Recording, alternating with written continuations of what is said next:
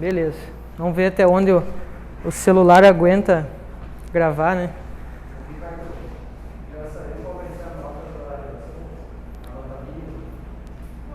Oi?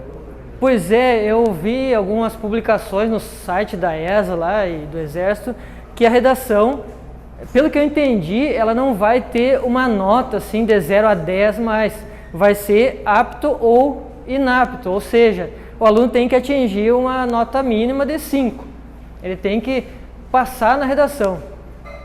Antes, a nota da redação, né, para quem está se familiarizando agora com a ESA, a nota da redação era somada junto com as outras notas, né? Pegava a nota de matemática, de português / literatura, e história e geografia, somado com a média de redação, e fazia uma divisão lá, aí dava o total. Agora, pelo que eu entendi, não saiu o edital ainda, então a gente não pode afirmar, mas pelo que eu entendi, essa nota é pego, matemática, português, história, geografia e inglês, soma-se e faz a média naquilo ali.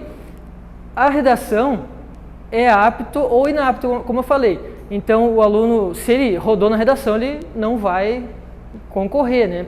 Agora, se ele for aprovado na redação, essa nota só vai como uma aprovação, não entra no cálculo, tá? Então, é separado. Redação, ok, tirou nota que foi apto, ele segue lá com o resto. Tirou a nota mínima, 50% em cada matéria, ele está classificado. Agora, se rodou na redação, ele pode ter gabaritado a prova objetiva lá que não vai resolver. Tá? Então é mais ou menos por aí. Mas tem que sair o edital para a gente ter certeza, né? Mas em princípio deve ser isso. Tá certo? Entenderam? Ou ficou meio confusa a explicação? Entendeu? Tá certo. Vou pegar o passador de slides aqui. Então, pessoal, nosso estudo de literatura, espero que vocês estejam acompanhando e, sobretudo, gostando da aula, de estudar, ver alguns detalhes ali, alguma fofoca sobre a arte literária. E a gente estudou até agora, tivemos uma aula presencial, foi o quentismo, né? E depois barroco e arcadismo. Ao contrário, né? Arcadismo, não, tá certo, barroco e arcadismo, e a última a gente teve a participação do professor Sérgio, ele conversou com vocês há uns 10 minutos, acho que deu ali, ele que sempre está presente ali, me auxiliando e tirando dúvidas, tá? Então, a gente chega aqui no romantismo, vocês observem que chegamos em 1836, né? Então, a literatura até aqui foi a era colonial, aqui do Brasil colônia, uma vez que em 1822 o Brasil passa a ser independente. Então, a partir do romantismo, a era da literatura se chama era nacional, tá? Era nacional. Então, a era colonial ficou com o quinhentismo, o barroco e o arcadismo. A partir daqui, essa é a primeira escola da era nacional que nós vivemos até hoje. Ok? Então, 7 de setembro de 1822 foi a independência. Isso aí o professor de História vai explicar mais detalhadamente, mas essas datas é interessante que vocês já saibam. Tá certo? Então, a gente fazendo uma retrospectiva desde o início do quinhentismo, com o descobrimento do Brasil, né? Lembrando que não é uma escola literária, quinhentismo que tem aquelas duas literaturas, uma literatura informativa e outra dos jesuítas. Tá? Então é importante que vocês saibam isso, os nomes ali dos escritores, tá? Depois, a partir do século XVII, 1601, a gente vai caminhando, chega o barroco iniciando ali com a publicação do livro Prosopopeia do Bento Teixeira, lembra disso, né? Aí o principal nome, Gregório de Matos Guerra, o Boca do Inferno ou Língua de Trapo, enfim, vários apelidos aí para ele. Tá? Depois, em 1768, começa o arcadismo. Vocês lembram que é um sobe e desce, né? O barroco, ele é mais espiritual, né? Aquele conflito, sempre que vocês lembrarem de barroco, é o conflito entre corpo e alma, os opostos, né? E isso é representado nos textos, como eu falei para vocês na aula através de vídeo, né, as palavras opostas perto uma da outra ali, representando essa angústia, bem disfarçado, nessa angústia, alegria e tristeza, o escuro, o claro, dia e noite, né, felicidade e tristeza e por aí vai. Tá, então isso aí representa a dualidade do ser humano da época, dividido entre o antropocentrismo, homem-centrismo no centro, tá? Homem no centro, e o teocentrismo, Deus no centro. E até hoje a gente vive isso aí, né? A pessoa faz o que gosta ou não faz, se priva para, quem sabe, viver uma vida eterna. Então isso é uma dúvida que hoje, inclusive, está muito em destaque, né? Principalmente por causa dessa pandemia, né? Até onde vai, né, o pensamento do ser humano, que lá em 1600 já era assim, através do Barroco, e agora, mais do que nunca, também, né? Ainda existe essa dúvida, antropocentrismo e o teocentrismo, tá? Representado pelo Barroco. Quando surge o arcadismo, eles saem um pouco da razão, né? Lembra que o Barroco, então, é espiritual, né? Tem a ver com pecado e carne. O arcadismo, ele é racional, então uma escola contrária da outra. O povo começa a evoluir pensamentos e tal, e mudam as ideias. E por isso é dividido em eras, em escolas literárias, para explicar melhor as fases, tá? Não significa que o Barroco terminou exatamente em 1768, é só para fins didáticos essa divisão, tá? Uma coisa importante que vocês têm que saber é que o Barroco foi na Bahia, foi se desenvolvendo na Bahia. O arcadismo em Minas Gerais, quando começou ali a febre do ouro, aquele pessoal ali, que quando acharam o ouro, né, 200 anos depois do descobrimento. Tá? Então, vocês provavelmente já ouviram falar nas obras do Aleijadinho, provavelmente. O Aleijadinho, ele viveu na época do arcadismo. Entretanto, as obras dele são barrocas, tá? Então isso se chama barroco tardio, que tinha passado o barroco, e as obras do Aleijadinho são no período do arcadismo, porém são obras barrocas, aquelas igrejas, né, cheias de ouro, estátuas, enfim. Isso são obras barrocas. Tá? Aleijadinho é barroco, embora viveu no arcadismo. Tá? Que isso fique bem claro.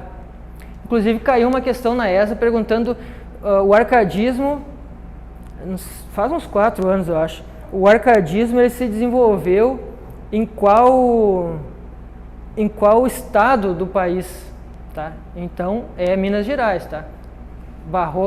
Barroco na Bahia, arcadismo Minas Gerais, ok? Tá, feito essa introdução, então, a gente vai agora chegar no romantismo. Tá? O romantismo no Brasil ele começa em 1836 com a publicação de Suspiros Poéticos e Saudades do poeta Gonçalves de Magalhães. Tá? Esse camarada publicou. Ele não tem, assim como os outros que marcam o início até agora, não tem muita importância, digamos, para estudo, tá? Mais marcou a época ali de início dessa escola, tá? Esse nome, isso aí vocês têm que saber. Caiu certo ano aí a obra que iniciou o realismo no Brasil, tá? Que a gente vai estudar na próxima aula, na próxima não, depois da redação, né? Na outra, tá? Então essas coisas caem, tá? O início de cada período, tá? Que o realismo começou lá em 1881, isso aí é um assunto para depois. Tá? Então esse romantismo, vocês lembram que o arcadismo ele era o retrato da Revolução Industrial, né? Que o pessoal começou a se acumular nas cidades e a propaganda começou a se voltar para o campo, né? Voltem para o campo, lá a pessoa encontra o equilíbrio, né? Carpe diem, aproveita a vida. E o romantismo ele também é reflexo de 2 revoluções acontecidas no século XVIII. Tá, que tiveram reflexo então no século XIX, tá? Século XVIII, 1700, século XIX, 1800, tá? Que foi a Revolução Industrial, a primeira Revolução Industrial ocorrida na Inglaterra, e a Revolução Francesa, ocorrida, claro, na França, tá? Então essas 2 revoluções causaram uma frustração, isso na Europa, tá? Uma frustração, né, uma depressão no povo ali que tinha esperança numa melhora de vida. E não foi o que aconteceu, né? A Revolução Industrial deixou as pessoas mais pobres ainda, tendo em vista que eles foram para a cidade trabalhar e eram explorados. A Revolução Francesa não teve aqueles ideais de liberdade, igualdade e fraternidade que pregavam, e isso gerou uma frustração na população. Os escritores e poetas retratam essa frustração na poesia, tá? Principalmente na segunda fase do romantismo. Aqui a gente vai estudar as três. Então são fases curtas ali, mas que vocês vão ver bem destacado cada uma delas. A primeira, a segunda e a terceira fase. Tá ok? Então, vamos lá. Essa frustração que eu falei para vocês foi na Europa, tá? Primeira geração romântica. Romantismo histórico foi chamada lá na Europa exatamente por causa disso, por buscar a figura do herói medieval. Dizem alguns filósofos da época lá que quando a sociedade vive um momento de alguma frustração, de grande frustração, é necessário a presença de um herói. Que triste o povo, eles dizem, que triste o povo que precisa de um herói, mas naquele momento era necessário a figura de um herói. E a gente pode trazer isso para hoje, né? Na eleição de 2018, né, o presidente eleito, ele foi mais ou menos assim, né? O Brasil estava em crise e ele surgiu como um herói, tá? Não puxando para nenhum lado, tá? Não quero que eu só tô retratando como é quando existe uma crise nacional. Eles querem, a população automaticamente ela precisa da presença de um herói, tá? E na eleição de 2022 com certeza vai surgir outro dizendo que vai ser o herói, tá? Então, independente de política, é necessário a gente enxergar isso aí, como era na história e como foi, inclusive, aqui, para ilustrar bem isso. Agora, lá, essa frustração gerada pela Revolução Industrial e Revolução Francesa, que houve aí, gerou essa necessidade da presença de um herói. Então, como os escritores acharam esse herói? Voltando lá para a Idade Média, buscando os cavaleiros medievais e contando histórias sobre eles. Tá? O grande herói nacional é o cavaleiro medieval. Então, na Europa aqui, ó, as características da Europa. Idade Média, então é um retorno à Idade Média para resgatar a figura do cavaleiro real, né? O cavaleiro medieval, né? Aquele que brigava com todo mundo, né? Ia para a revolução e salvava o país. Então, as histórias se focaram muito nessa figura do grande herói nacional, tá? A natureza. Então, a natureza ela surge aqui no romantismo diferente do arcadismo. A natureza do romantismo é apenas pano de fundo, tá? Então, no arcadismo, a gente lembra que a natureza era tudo, né? Volta para a natureza, vá lidar com as ovelhas, né? A visão bucólica, os pastores aparecendo ali. Só na natureza, ao contato com a natureza, a gente adquiria o equilíbrio. Isso era o que o arcadismo pregava. Aqui no romantismo, a natureza é só pano de fundo. Tá? É um cenário para que os personagens sejam descritos, como é o caso do Iracema, o livro do José de Alencar, e a natureza ele ocupa para comparar. Vocês vão ver daqui a pouco, a gente vai falar disso. Tá? Então essa natureza é só pano de fundo, um cenário para os livros e poesias, tá? Vamos guardar aqui. Tranquilo até aí, pessoal?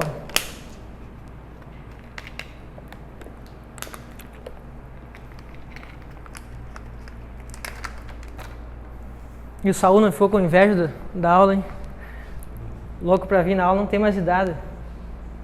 Não, ele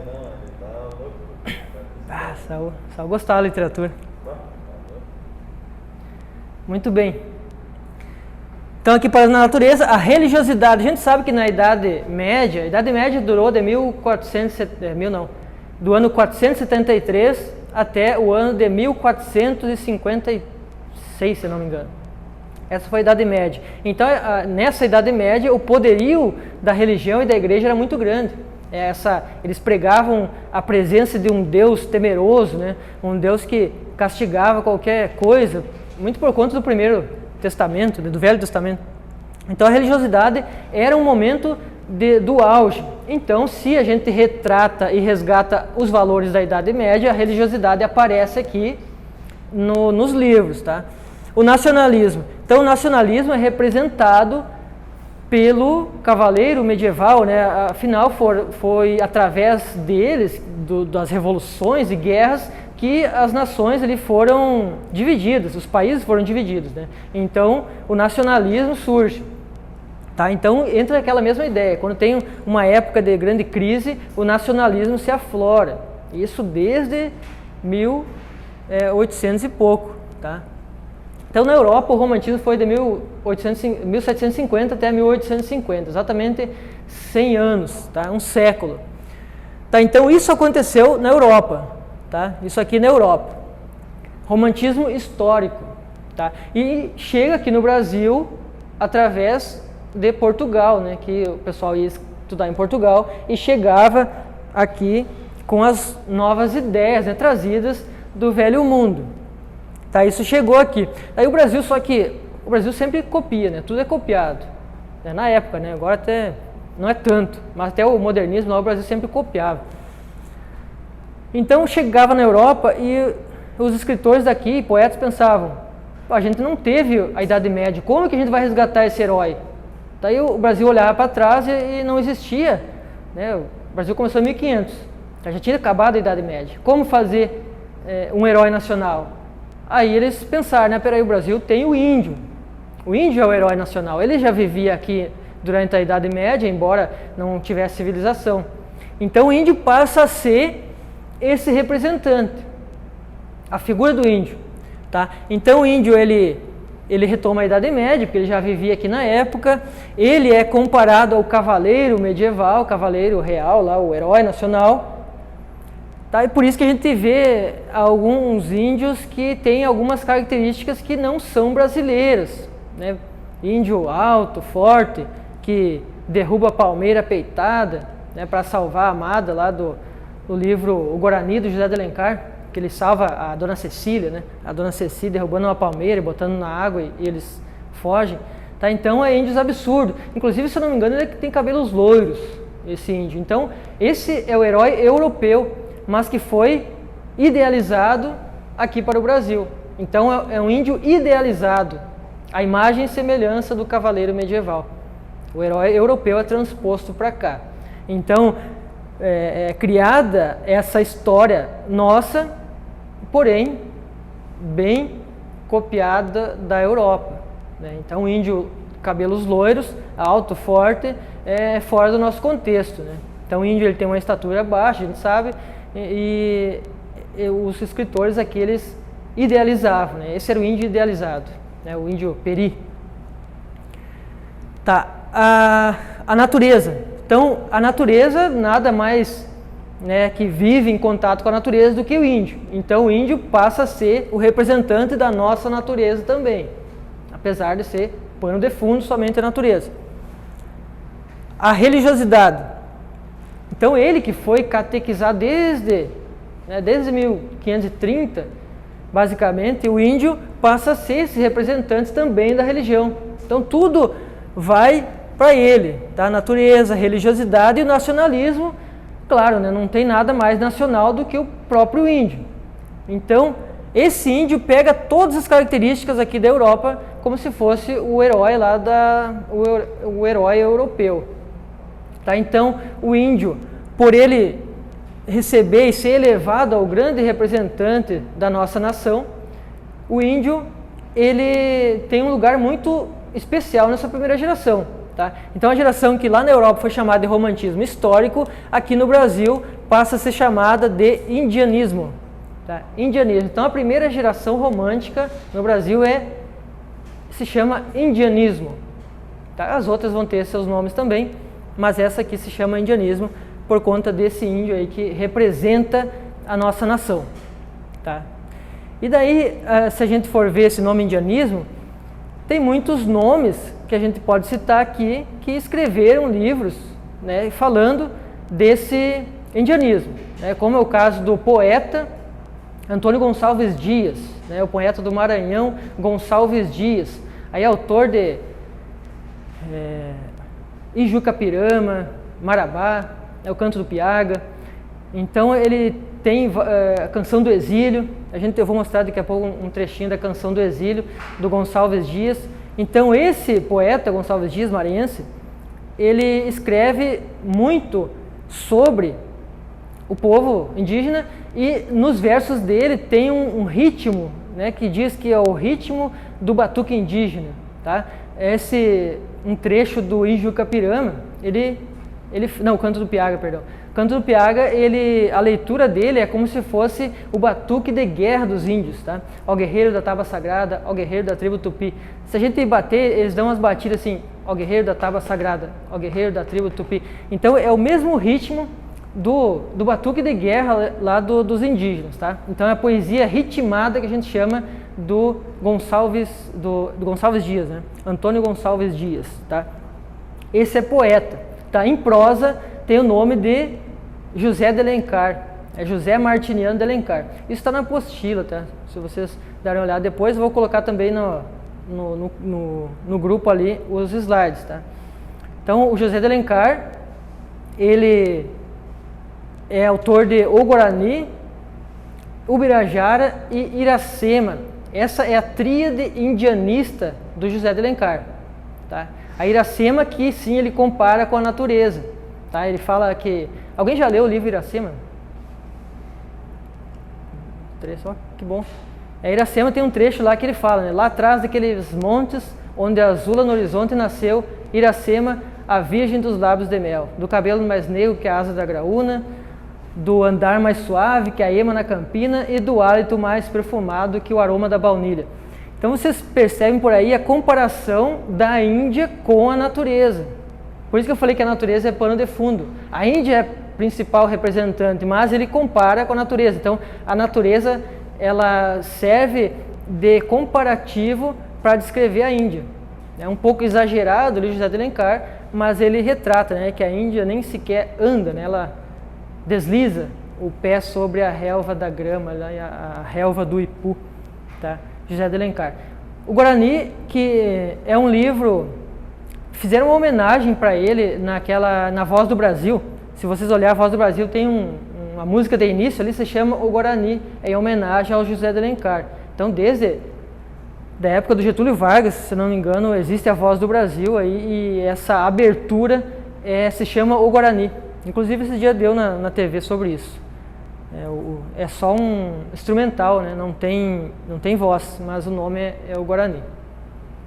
Tá certo? Vamos passar adiante aqui. Gonçalves Dias, então, aqui as obras dele, né? Só a título de conhecimento, não é necessário vocês decorarem, é importante saber as características de cada momento. Gonçalves Dias, autor de Primeiros Cantos, aqui que tem a Canção do Exílio, a famosa Canção do Exílio, né? Minha terra tem palmeiras onde canta o sabiá, as aves que aqui gorjeiam não gorjeiam como lá. E por aí vai. Daqui a pouco eu mostro um trechinho para vocês. Aí tem outros versos, aqui tem Ijucapirama, tem um livro famoso, um poema, aliás, famosíssimo, né? Significa aquele que deve morrer. Eu não vou me aprofundar muito na história, mas quem tiver interesse vale a pena conferir. Gonçalves de Magalhães é o que iniciou o romantismo no Brasil, então é um dos nomes dessa primeira fase, tá? Através do Suspiros Poéticos e Saudades. Bonito esse nome, né? Suspiros Poéticos e Saudades.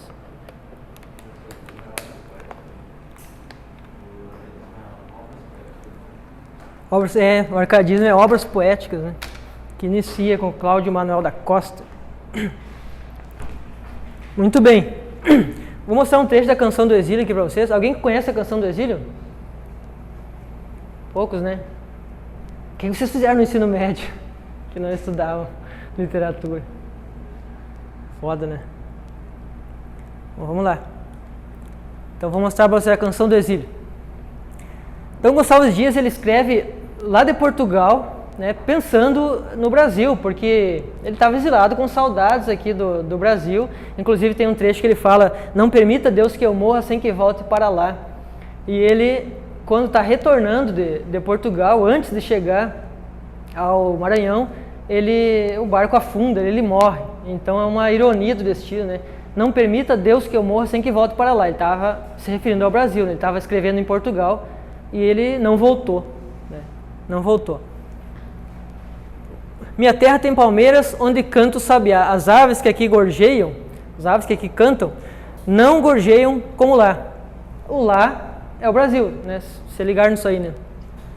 Nosso céu tem mais estrelas, nossas várzeas têm mais flores, nossos bosques têm mais vida, nossa vida mais amores. Vocês lembram de alguma coisa esse trecho aqui? O hino nacional, né? O nacional, você começou. Tá, o hino nacional tem uma parte assim. Então, vocês observem que o camarada que escreveu o hino nacional, é o Duque Estrada lá, né? Ele tem um conhecimento muito grande da literatura também. Ele botou um trecho aqui dessa canção, né? Do exílio, escrita lá em 1800 e pouco. Tá? Vem mais um trechinho aqui. Aqui, ó. Não permita Deus que eu morra sem que volte para lá, sem que desfrute os primores que não encontro por cá, sem que ainda aviste as palmeiras onde canto o sabiá. Esse trecho aqui, né, é o que eu falei para você, né, uma ironia do destino, e isso aqui é um trecho também da canção do Expedicionário. É uma canção do quartel que foi feita para os pracinhas, os ex-combatentes da Força Expedicionária Brasileira durante a Segunda Guerra Mundial. Tá? Então, esse cara que fez essa canção do Expedicionário, também em homenagem aos nossos veteranos de guerra, ele usou também um trecho aqui da canção famosíssima, canção do exílio do velho Gonçalves Dias. Tá? Bonita canção, né? Muito bonita. Ok. José de Alencar, as obras dele, Iracema, Ubirajara, o Guarani, a tríade indianista, ele fala do indianismo aqui, né? Senhora, o sertanejo, o gaúcho e outras obras também que vocês encontram na apostila. Tá? Então, um escritor que escreveu bastante. Tá certo? Alguma dúvida sobre essa primeira geração romântica? Tá? A primeira geração, como que ela foi chamada? Indianismo, né? Indianismo. Muito bem representado pelos principais, né? O Gonçalves Dias e José de Alencar. Gonçalves Dias, poeta, José de Alencar é escritor.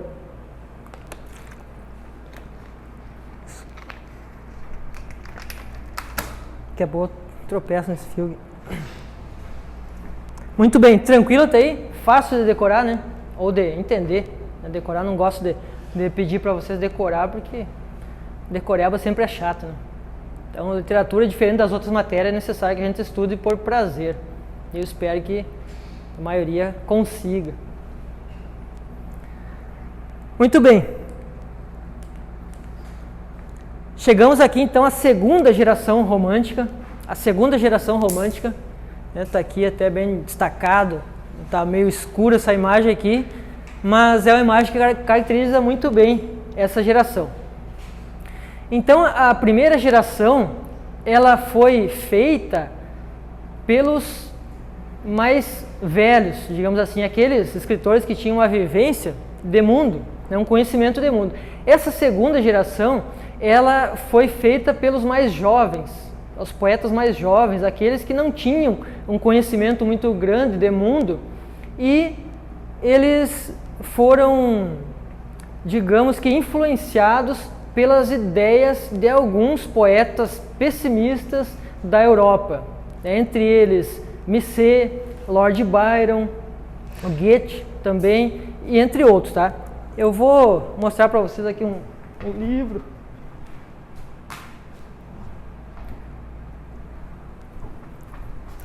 Esse livro aqui, ó, até o Guilherme pediu emprestado no ano passado, esqueci de emprestar, velho. Os grandes influenciadores da segunda geração romântica foram, né, como eu falei, Lord Byron. Lord Byron, que recebeu aqui o nome dessa geração é em homenagem a Lord Byron. Lord Byron que escreveu o livro Dom Juan. Tá? Famosíssimo, né? Segunda geração ultra-romântica, mal do século ou byroniana, em homenagem ao poeta inglês Lord Byron. Tá? Então, essa geração ficou conhecida como ultra-romântica, então o excesso romântico, ou mal do século, né? O mal do século. Tá? Então, eu diria que o que mais influenciou, não só o Byron, mas esse Johann Goethe, tá? Ele escreveu O Sofrimento do Jovem Werther. Esse livro aqui, ó, ele foi proibido na Alemanha, nessa época lá do romantismo, porque ele causou uma onda muito grande de suicídio. As pessoas achavam lindo se matar. Achavam lindo se matar, liam. Inclusive a roupa dele era amarela, assim, como a capa do livro, e ele se matou com essa roupa, né? Ele tinha uma paixão, um amor doentio pela Carlota, e ele, não conseguindo ela, ele se matou. Tá? Se matou usando uma roupa amarela, roupa que ele sempre usava, amarela e verde, ou amarela e azul, uma coisa assim. E as pessoas achavam lindo, saíam na rua vestido como o Werther. E dali um pouco se matava. Tá? Então isso gerou uma onda de suicídio muito grande, e esse livro foi proibido na Alemanha. Tá? Sofrimento do Jovem Werther. Se alguém quiser, eu posso emprestar para vocês. Só não vão se influenciar demais. Tá? Então esse aqui, a obra O Sofrimento do Jovem Werther, eu diria que foi o pontapé inicial para esse pessoal aí. Tá? Esse pessoal pessimista da segunda geração romântica. Então a moda na Europa era se suicidar. A moda era se suicidar. Tá? Se enforcar em trave de banheiro, dar um tiro na cabeça, né, como foi o caso do Werther. Tá? Então o Werther, ele era doentio mesmo. Né? No livro até diz ali que ele tem uma cena, né, que ficou gravado ali, que ele pede para o escravo dele ir, é um livro antigo, né, e falar com a Carlota, porque ele não poderia ir. Daí quando o escravo vem, ele relata ali, ele conta para o amigo dele, o Ezequiel, né, o livro inteiro ele fica contando para o Ezequiel ali, que ele teve vontade de abraçar o escravo dele lá, porque só dele imaginar que o olho do escravo tocou na Carlota lá, ele sentiu vontade de abraçar, porque de alguma forma ele estaria chegando perto dela. Então um amor absurdo, né? Um amor muito forte aí do Jovem Werther. Então esse livro aí influenciou muito essa geração do mal do século, né? A geração pessimista. Então o mal do século, ele pode ser interpretado por várias formas, né? A depressão, a tuberculose, que matava muita gente também, mas o mal do século era realmente morrer. Tá? O importante era morrer. Isso fazia o grande sucesso. O poeta está doente, está deprimido, né, chorando a dor do amor e a maldade da própria vida. É uma mágoa por existir. Tá? Isso é retrato que eu falei da Revolução Industrial Francesa, que as pessoas ficaram pobres, empobrecidas e deprimidas. Tá? Então isso é um reflexo daquele momento. Então o grande barato dessa galera era se deprimir. Né? Vamos sofrer pelo poeta, a dor do poeta é a maior, né? Não sofremos pela nossa. Ele sim, ele quer isso, ele quer que as pessoas se comovam com o sofrimento dele. Por incrível que pareça, era exatamente isso. O grande sucesso era ter tuberculose, eles queriam ter tuberculose para que pudessem morrer. Olha a loucura. Tá? Isso, eles queriam parecer doentes, muito bem lembrado pelo Aguiar ali. Eles dormiam em lençol umedecido, para que no outro dia tivesse uma olheira profunda, né, típica do doente. Pálido, tipo o Filk, pálido, né, e essa visão que eles gostavam. A moda era tossir num lencinho branco de linho e mostrar aquela golfada de sangue. Parece que eu estou inventando, né, mas é verdade isso aí. Acontecia muito. Tá? Então, essa era a grande elegância, né? Tossir e mostrar que o pulmão estava comprometido, que ele estava com tuberculose. O poeta está tuberculoso, doente, sofrendo, né? Rastejando atrás da amada que jamais olhou para ele, e ele dava fim à própria vida.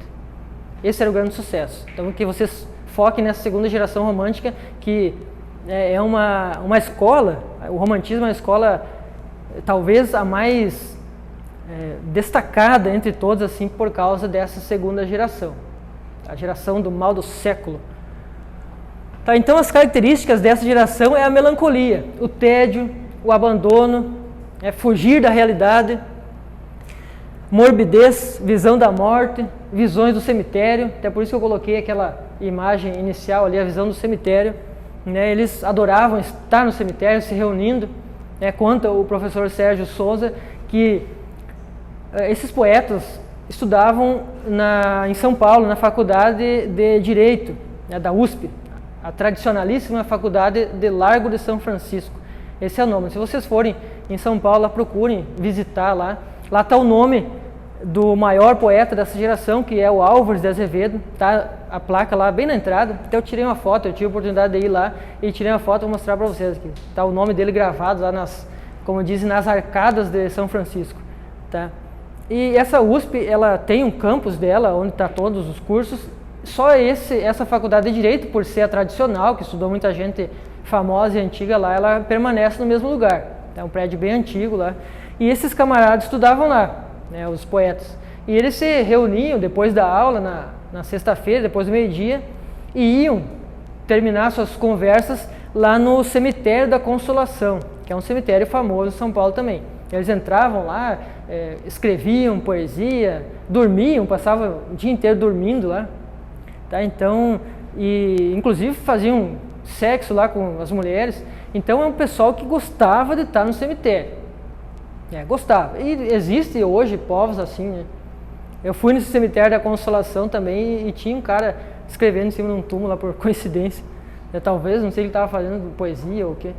Mas tem povo que gosta, né? Pessoas que gostam de estar nesse ambiente aí junto aos túmulos dos mortos. Tá? Então esse pessoal ia para lá e passava o dia, passava a noite inclusive, nesse Cemitério da Consolação. Tá? Depois eu conto a história para vocês do Castro Alves e do Álvares de Azevedo. Vamos mais adiante, tá? Então o escapismo, a fuga da realidade, não enfrentar a vida de peito aberto. Tá? Não enfrentar, não. Vamos morrer que é melhor, a vida é dura, né? Um niilismo total, né? Niilismo, né? A crença no nada. Se vocês já leram, né, alguns livros aí, ou ouviram falar do filósofo alemão Nietzsche, né, ele fala muito do niilismo, né? Aquela pessoa que não acredita em nada, né? Que a vida não tem sentido, que a gente morre e não vai para lugar nenhum e tem que aproveitar o momento, tá? O carpe diem ali. Tá? Então isso é o niilismo, é exatamente assim. Tá? Então essa fuga, não adianta, a vida não tem sentido nenhum, então não vou crer em nada, vou esperar a morte. Esse é o niilismo, até o niilismo pessimista, né? Tem dois tipos de niilismo, mas isso é coisa mais para o Enem. Escapismo, então, fuga da realidade em busca da morte. Eles usavam muito ópio e álcool, tá? Muito ópio que era uma droga da época, e o álcool, né, que ajudava esse povo aí a ficar bem loucão, deprimido aí, e escrever. Mas eles tinham um dom muito forte aí sobre a escrita. A gente vai ver depois alguns trechos do Álvares de Azevedo que mostram isso muito bem. Tá? A tuberculose, que no Brasil então era o grande caminho para chegar à morte. Então eles tentavam pegar a tuberculose para que morressem. Tá? Na Europa, como eu falei, eles usavam outras formas de suicídio, mas aqui eles pegavam tuberculose. Tá? Isso gera então um egocentrismo, subjetivismo.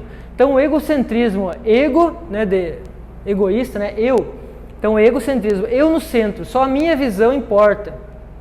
Só o que eu penso importa. E o subjetivismo também tem a ver com esse egoísmo, né? O subjetivismo é escrever da minha ótica, o que eu penso somente. Então não tinha preocupação social. Tá? Então o subjetivismo é uma característica da segunda geração romântica e também da primeira.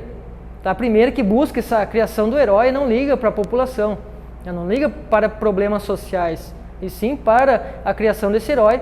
A segunda geração é voltada também para o próprio umbigo. Tá? Então o romantismo ele não tem métrica nos versos. Tá? Pode ter versos de 10 sílabas poéticas, de 5, de 3, tá? Então versos livres do romantismo, não tem essa metrificação. Egoísmo, né? O egocentrismo e a função emotiva da linguagem. O que é isso? O Manuel Antônio Álvares de Azevedo, o poeta maior dessa fase, era chamado lacrimoso perene, porque ele sofria demais, né? Chorava demais, era muito sofrimento. Então essa é a função emotiva da linguagem, eles se emocionavam demais. Dizem que o Álvares de Azevedo morreu virgem, né? O que não sei se é verdade mesmo, né? Porque ele fez um casamento lá no cemitério com o Castro Alves, foi padre, enfim. Tá? Então para vocês não se esquecerem, essa segunda geração é muito fácil de não esquecer, né? A morbidez, melancolia, o tédio, né? O escapismo, a fuga da realidade em busca da morte. Essa é a principal, então, o principal que você tem que saber desse povo aí. Tá? Fiz uma contextualização, inclusive, com a história, né? O porquê que esse povo era tão deprimido assim. Nomes dessa segunda. Então eu tenho aqui o Álvares de Azevedo, Manuel Antônio Álvares de Azevedo é o poeta maior dessa segunda geração. Tá? Ele, inteligentíssimo, Álvares de Azevedo, nos deixou aí uma obra em poesia chamada Lira dos 20 Anos. E é uma ironia também do destino, porque Lira dos 20 Anos, ele morreu com 20 anos. Né? Morreu muito novo, Álvares de Azevedo, morreu com 20 anos. Ele caiu do cavalo e desenvolveu um câncer, né, fossa ilíaca. Tá? Aí, com as complicações também da tuberculose, ele acabou se complicando e morrendo aos 20 anos, nem tinha completado 21 ainda. Tá? Então esse camarada aí, chamado de Maneco pela família, grande nome, o principal nome até hoje que passou pela faculdade de Largo São Francisco. Tá? Então, tá lá o nome dele na entrada. Até hoje, estudaram muitas personalidades lá, Prudente de Moraes, Michel Temer, mas ele ainda é o nome mais importante que passou por lá. O primeiro nome está lá nas arcadas. Lira dos 20 Anos, ele, dentro desse livro, tem um poema chamado Lembrança de Morrer. Eu acho que eu coloquei aqui para vocês verem, que lá tem um trecho assim, ele escreveu esse poema para que fosse colocado em cima do túmulo dele quando ele morresse. Tá? Dizia um trecho lá, me enterre na floresta dos homens esquecida, à sombra de uma cruz e escrevam nela. Foi poeta, sonhou e amou na vida. Foi poeta, sonhou e amou na vida. Olha, é dramático e irônico. A ironia é uma característica do Álvares de Azevedo.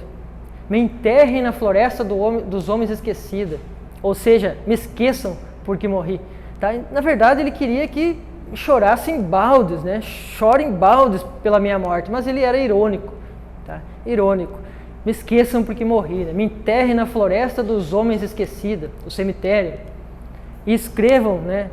A sombra de uma cruz e escrevam nela. Foi poeta, sonhou e amou na vida. Foi poeta, né? Cantou a própria existência, sonhou e amou na vida. Isso aí está escrito no cemitério São João, no Rio de Janeiro. Esse eu não conheço.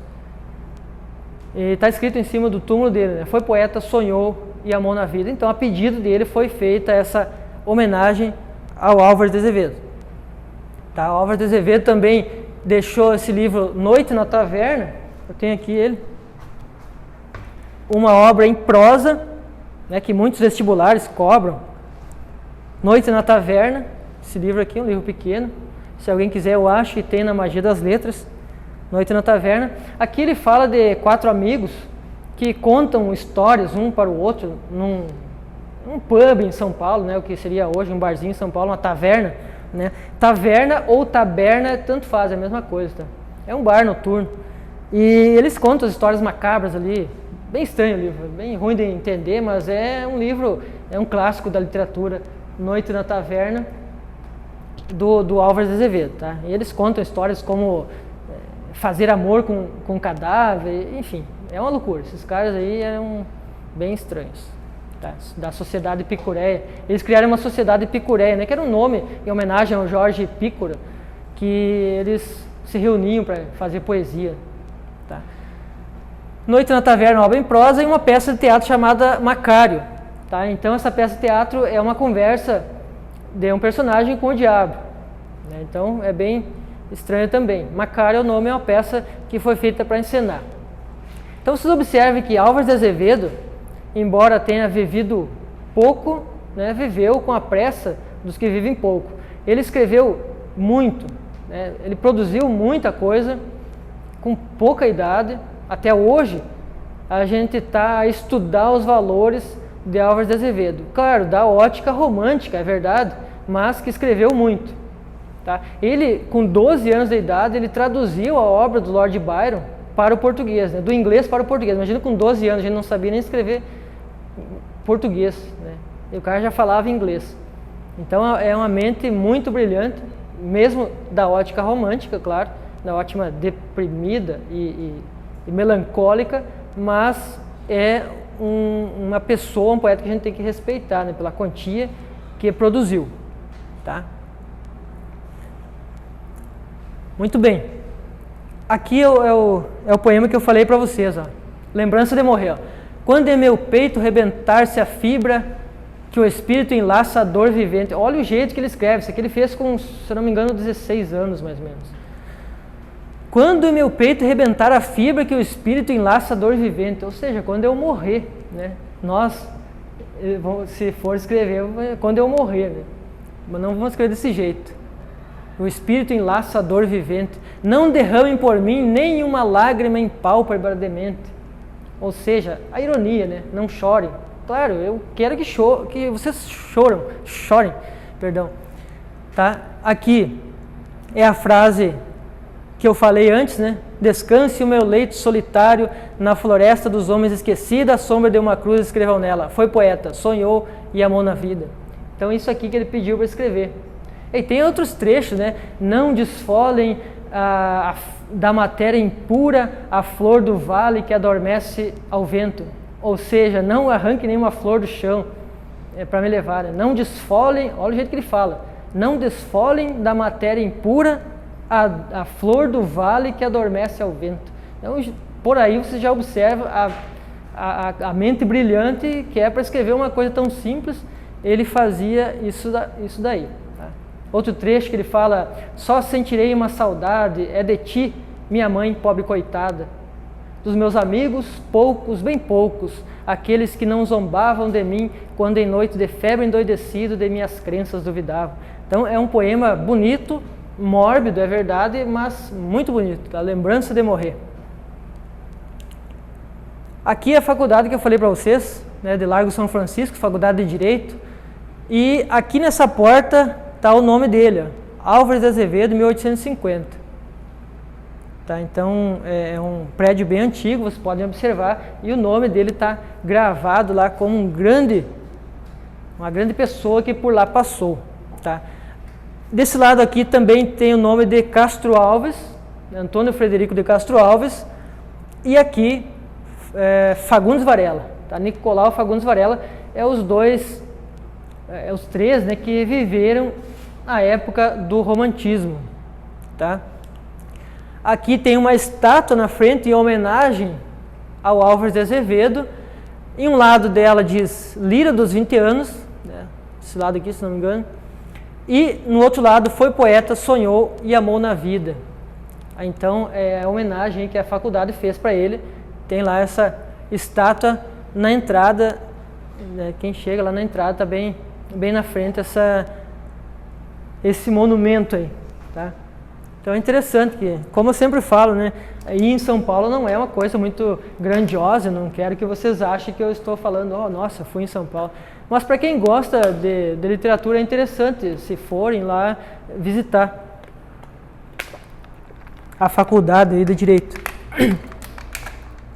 O Teatro Municipal também, depois a gente vai ver no modernismo. Muito bem. Histórias, né? Histórias. O outro nome, um poeta menor, digamos, né, secundário dessa geração, é Casimiro de Abreu. Casimiro José Marques de Abreu. Ele é chamado o poeta da saudade. Tá? O poeta da saudade. Saudade da infância. Ele cresceu fisicamente, mas ficou preso aos valores infantis. Tá?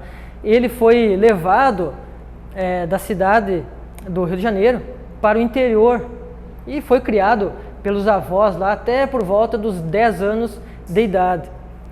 A partir daí os pais dele levaram de volta para a cidade. O pai dele tinha um armazém lá, ele vendia bacalhau.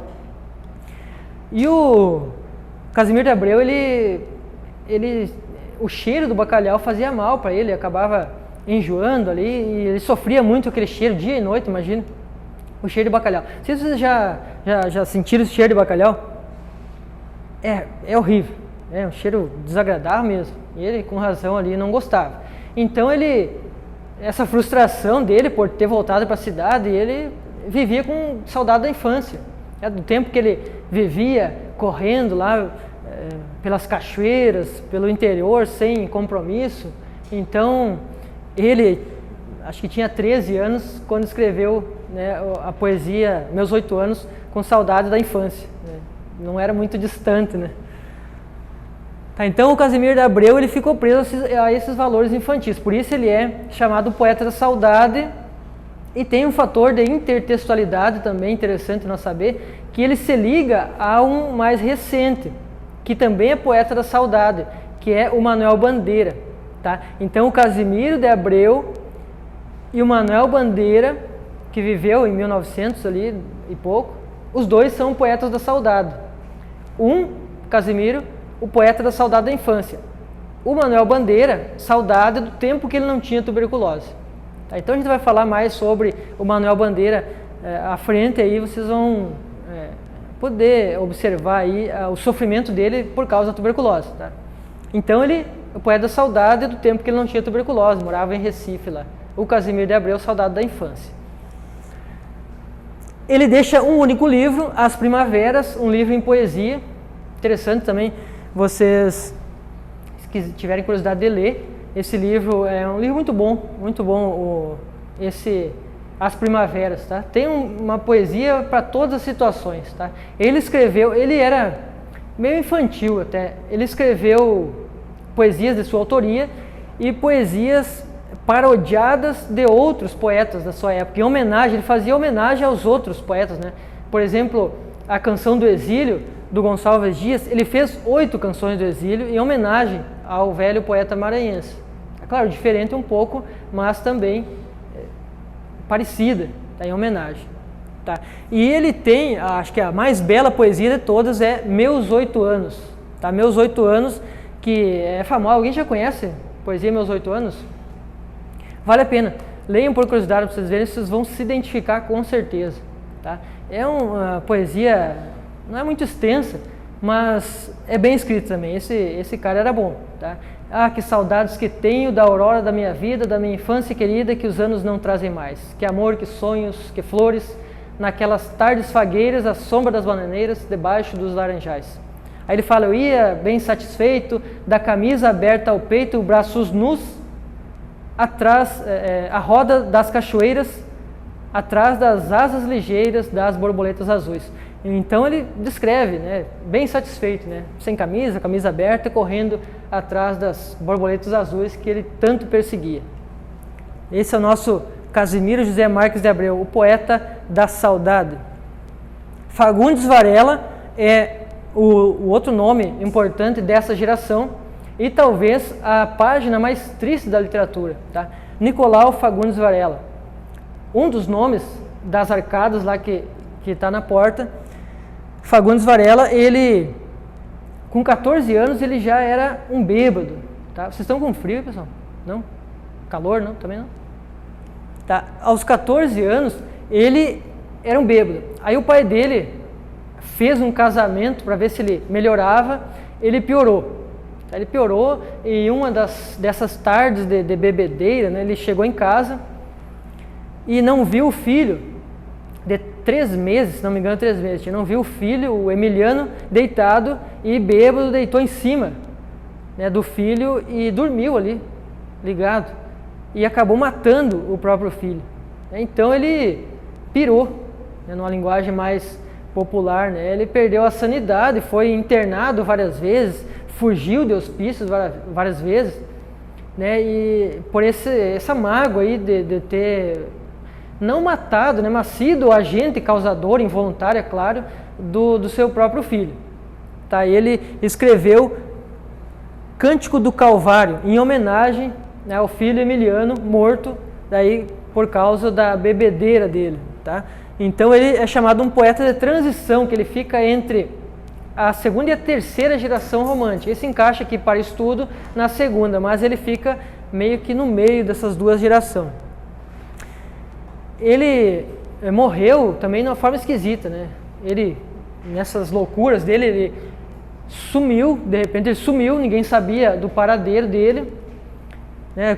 Todo mundo se perguntava, vocês viram o Fagundes Varela? Alguém viu? Ninguém viu, ninguém viu. Passaram dias e foram procurar, né? E daí tinha um mato na região da casa dele, um matinho ali que ele atravessava para ir para casa, e nunca mais foi visto, e não sei quantos dias passaram, foram procurar e ele foi encontrado ali morto na mata. Ninguém sabe o motivo, né? Antigamente até nem tinha muita pesquisa ali, exames para saber do que ele morreu. Não entendi.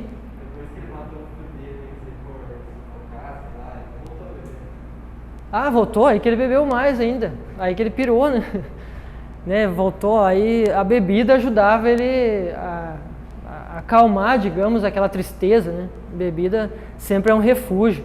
E internado, né? Claro, ele fugia dos manicômios lá para beber, né? Para poder. Então, numa noite de bebedeira, ele bêbado morreu, ninguém sabe como, se uma cobra picou, né? Não sei.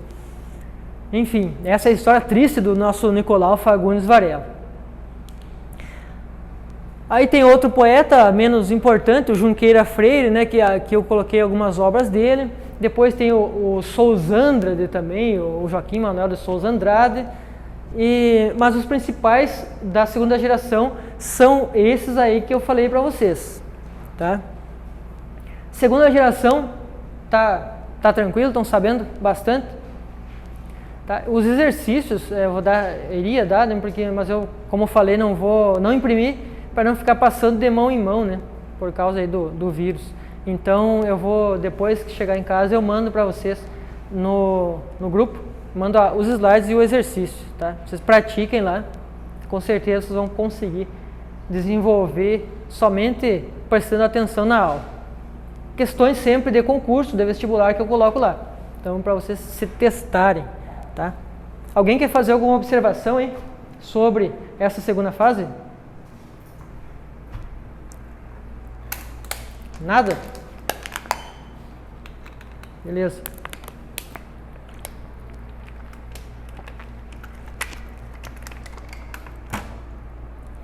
Segunda fase romântica. Alguém quer o livro emprestado do Sofrimento do Jovem Werther? Não?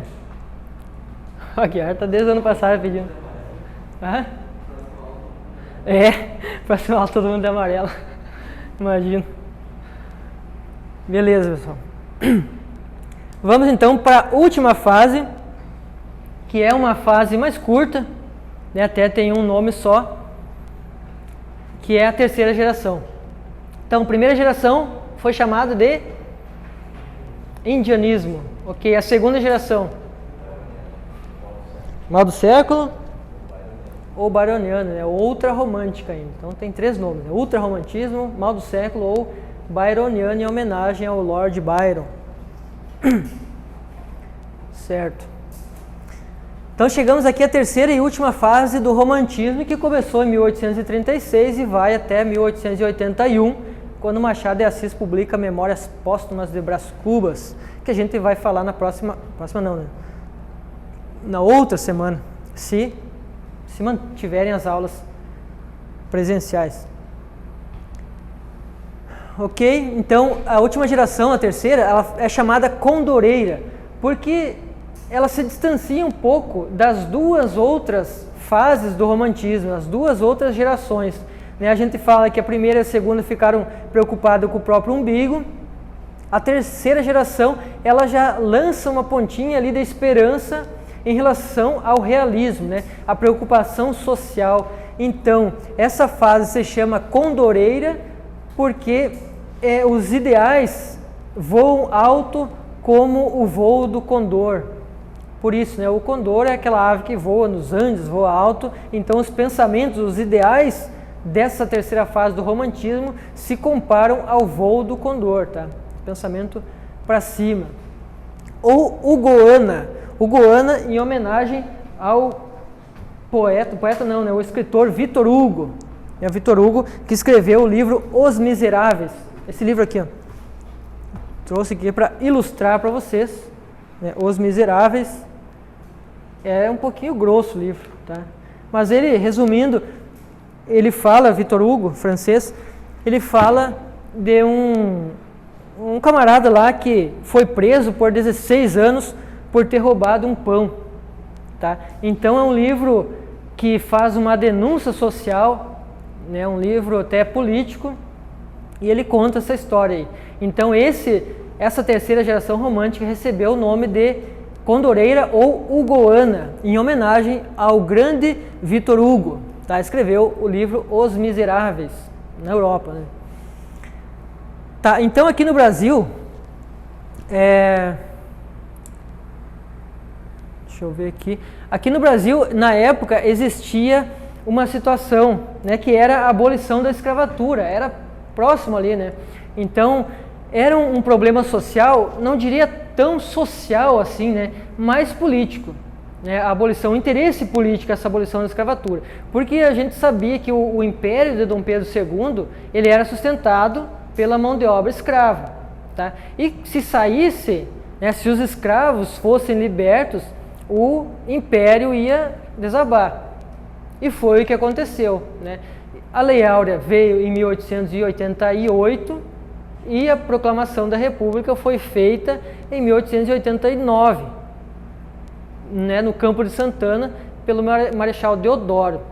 Tá? Então, vocês olhem a ordem cronológica, né? 88, a abolição, e 89 já a proclamação. Então, o Império realmente estava sustentado pela mão de obra escrava. Tá? E temos aqui um grande nome desse momento, Castro Alves, um dos alunos da Faculdade de Direito. Castro Alves, ele era um camarada engajado com a luta social, né, em defesa dos escravos. Tá? Ele, chamado em casa por Cecel, né, Antônio Frederico de Castro Alves, o apelido Cecel. Na literatura, ele é conhecido como o poeta dos escravos, isso é bom vocês saberem. Tá? O poeta dos escravos, o poeta da saudade, né? O lacrimoso perene, que é o Álvares de Azevedo, e por aí vai. Vocês têm que saber, tá? Poeta dos escravos, o Castro Alves, porque foi aquele que melhor cantou a abolição da escravatura através dos seus versos, tá? Ele morreu aos 24 anos também, muito jovem, né? Fez parte aí dessa galera do romantismo, né? Um pouco diferente, mas também era uma característica desse pessoal morrer muito jovem, tá? O Castro Alves, então, tá? O Castro Alves escreveu Navio Negreiro, Vozes da África, tá? Onde ele fala da luta dos escravos, né? Auriverde pendão da minha terra, que a brisa do Brasil beija e balança, estandarte que a luz do sol encerra e as promessas divinas da esperança. Antes houvesse roto na batalha que servires a um povo de mortalha. Esse trecho de Navio Negreiro mostra o engajamento social dele com esse povo, né, os escravos. Né, o Navio Negreiro foi feito exatamente naquela sacada ali que eu mostrei para vocês da faculdade. Dali Castro Alves escreveu esses versos segundo aí a história. Ele fez uma peça de teatro também, escreveu Gonzaga e a Revolução de Minas.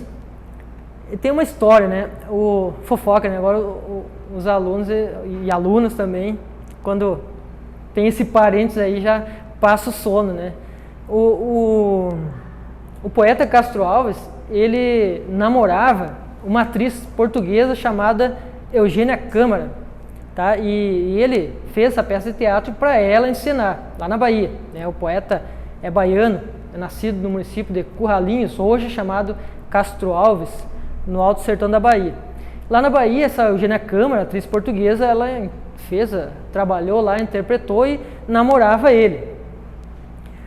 Quando terminou o contrato dela lá na Bahia, ela retornou para São Paulo, né, onde ela morava ali. O poeta veio junto, né, ele que veio com tuberculose para São Paulo. Né. Chegando em São Paulo, ele percebe que ela tinha outros namorados, não só ele. E ele cai numa grande depressão, né. Ele descobre que ela não era aquela pessoa que ele imaginava.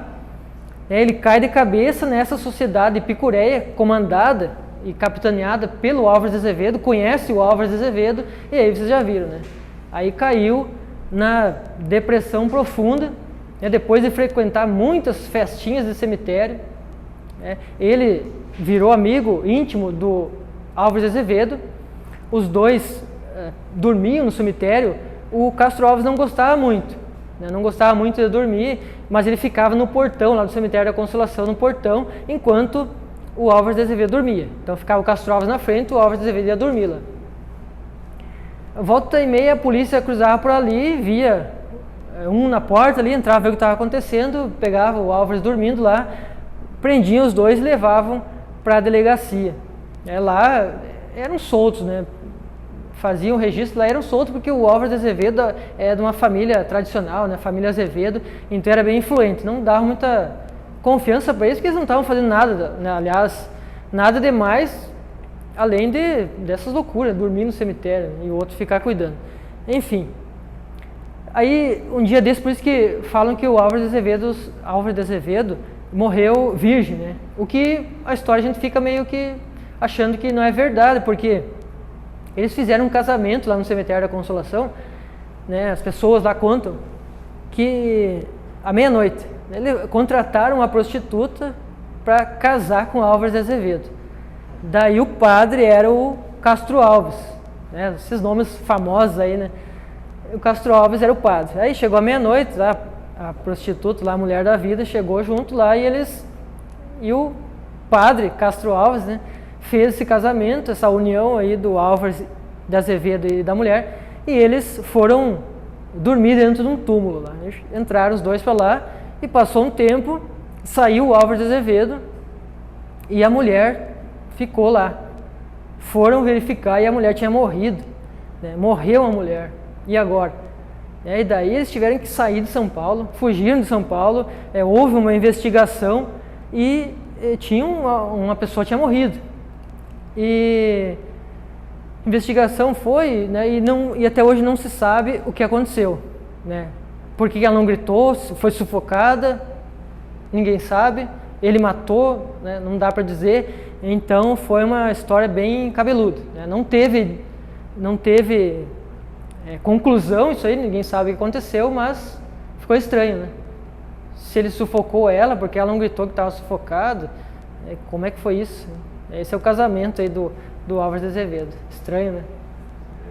Estranho esse casamento. Tá? Então, continuando a história do Castro Alves, a história da vida dele, né? Ele se deprimiu, fez essas festas aí, digamos, com o Álvares e resolveu, né? Pegou o hábito de caçar pelas florestas lá do Brás. Tá? O Brás é a região onde vendem roupa barata, lá antes era uma floresta, que ia até a Praça da Sé, lá uma floresta bem grande.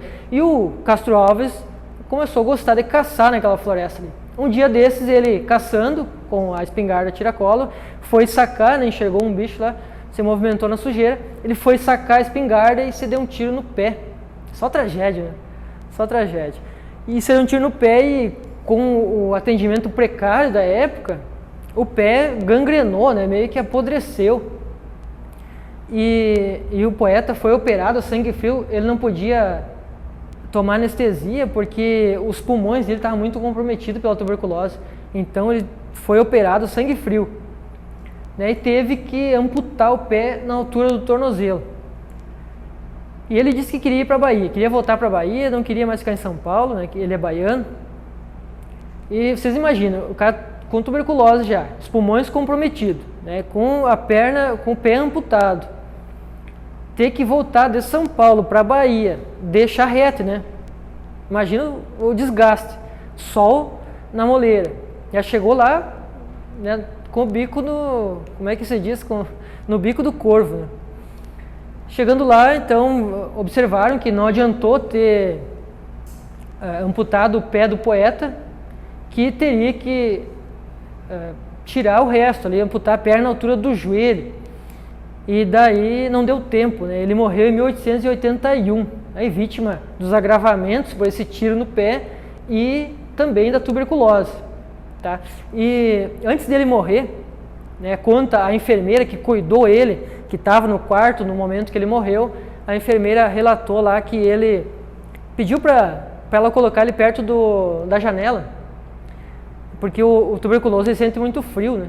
A janela estava pegando sol, assim, ele pediu para colocar estava desenganado já, pediu para colocar na janela. Daí ela levou ele para perto da janela, como ele pediu, e daí ele olhou para fora e segundos antes de morrer ele disse: me invada a luz do sol, que estou indo em direção à escuridão eterna.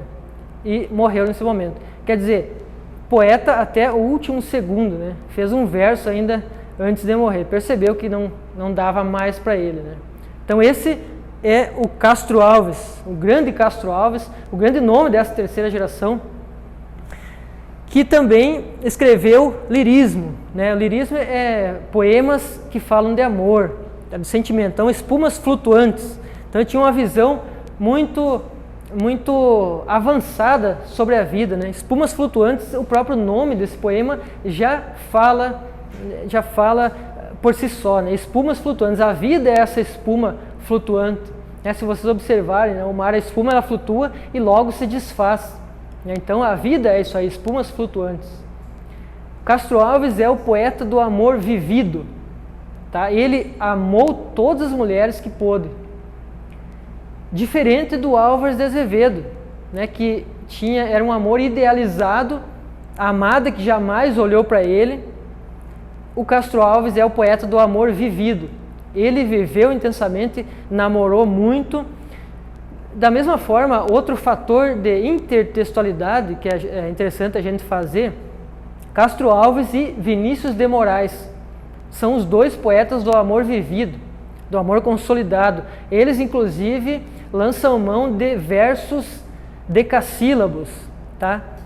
Parecido com Camões, lá o português que escrevia. Então, Castro Alves e Vinícius de Moraes, o poeta moderno, escreviam sonetos, tá? Versos metrificados. Vocês viram que o romantismo ele não tem métrica, né? Cada um escreve quantos versos ali, o tamanho que bem entender. Mas Castro Alves escrevia metrificado como Camões, português, e como o Vinícius de Moraes, mais recente, tá? Então essa ligação aí, a ligação que eu fiz antes do Poeta da Saudade, Casimiro de Abreu, com o Manuel Bandeira, também tem essa ligação do Castro Alves com Vinícius de Moraes. Isso já foi tema de vários vestibulares, tá?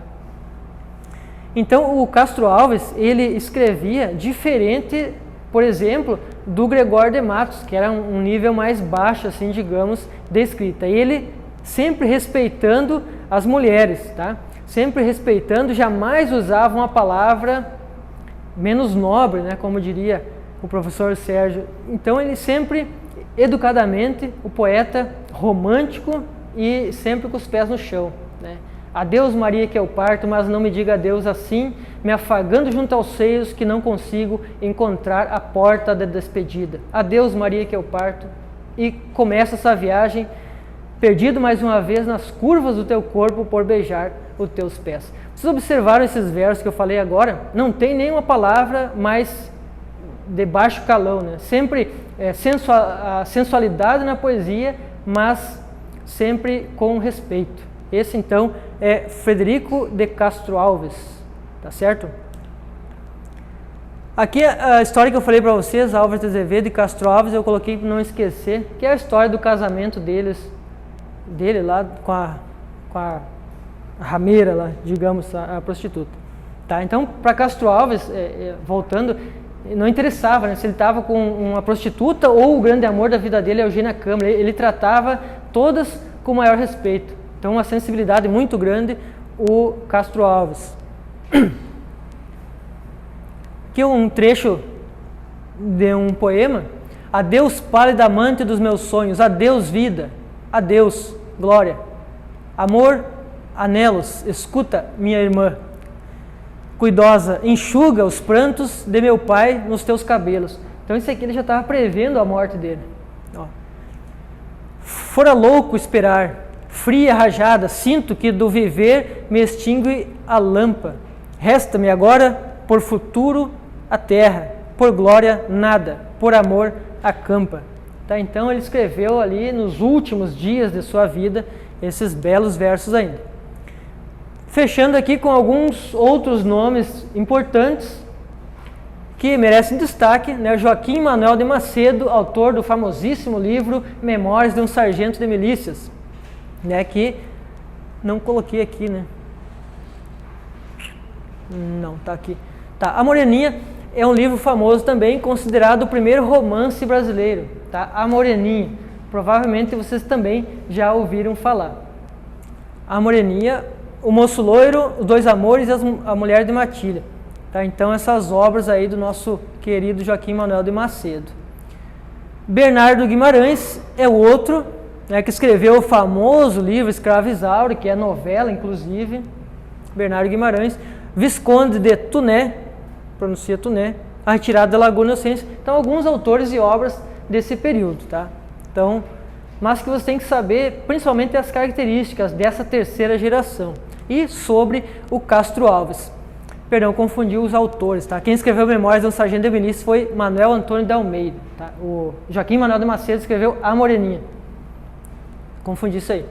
Franklin Távora, o Cabeleira, que é o Manuel Antônio de Almeida, então, Memórias de um Sargento de Milícias. Tá? Esse livro, talvez vocês tenham lido lá no ensino fundamental, fala de um romance que surgiu que o Leonardo Pataca, se não me engano, é o principal personagem, ele pisou na mulher e a mulher deu um beliscão nele e aí surge o romance, não lembro disso? Um pisão